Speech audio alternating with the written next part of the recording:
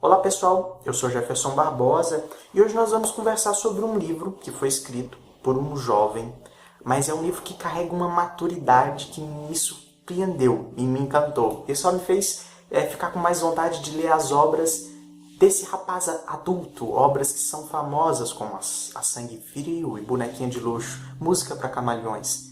Estou falando de Truman Capote e esses são os primeiros contos dele, publicados pela José Olímpio.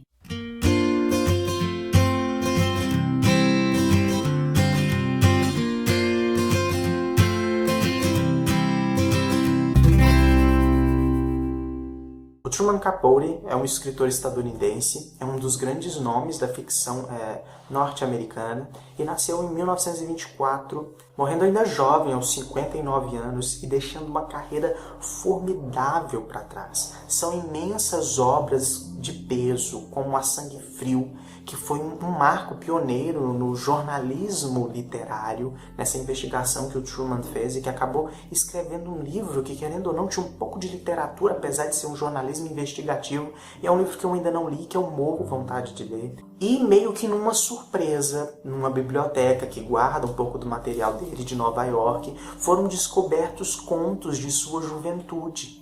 E é muito interessante nos deparar com esse Truman Capote, que está aqui na capa, esse jovem que escreve esses contos tão maduros e que me marcaram muito. São 14 contos que mostram o início da carreira literária do Truman. Ele já tinha declarado, o que está aqui no pós-fácil, que ele começou a escrever desde os 11 anos de idade. Então aqui a gente tem contos desde a adolescência dele até a sua juventude. São narrativas simples na sua composição, nós não temos nada de mirabolante espetacular, mas essa simplicidade dá uma fluidez. E o que eu achei mais interessante é que ele não precisa de muitas páginas para fazer você se encantar com a narrativa. E o mais interessante desse livro é que essa maturidade que eu já comentei não está só ligado à capacidade de gerar fluidez, de construir personagens interessantes, mas já com pouca idade, dar voz às mulheres no comecinho do século passado.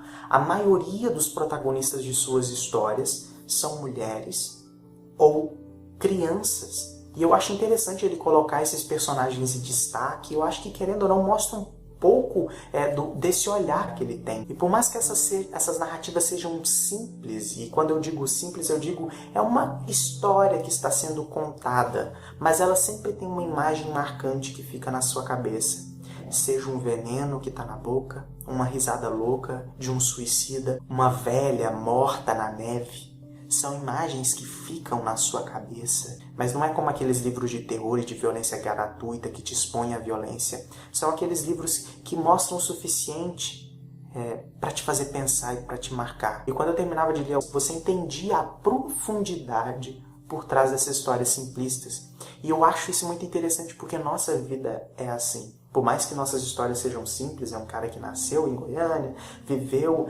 Nossa vida ela tem uma carga dramática por trás e você conseguir trazer essa carga dramática mesmo contando a história de uma forma simples é extremamente formidável. Não precisar trazer de recursos estilísticos e coisas muito assim que acabam impossibilitando o acesso, digamos, das pessoas à obra, mas nesse caso facilitando e ainda expondo e trabalhando melhor as narrativas. Isso é uma opção do autor, do Truman Capote jovem. Os contos são curtos, são simples, mas eles são escritos de uma forma que eles sugerem muito mais do que falam. E por isso que essas imagens marcantes, essas imagens rápidas, conversam tanto com você, leitor, e conversaram muito comigo. Alguns contos não têm nenhuma conclusão definitiva e ele deixa isso muito aberto. Se você não gosta disso, infelizmente você pode acabar se decepcionando um pouco com a narrativa. Foi o meu primeiro contato com o autor, não sei se isso tem um aspecto positivo ou não, por eu nunca ter lido outra obra dele,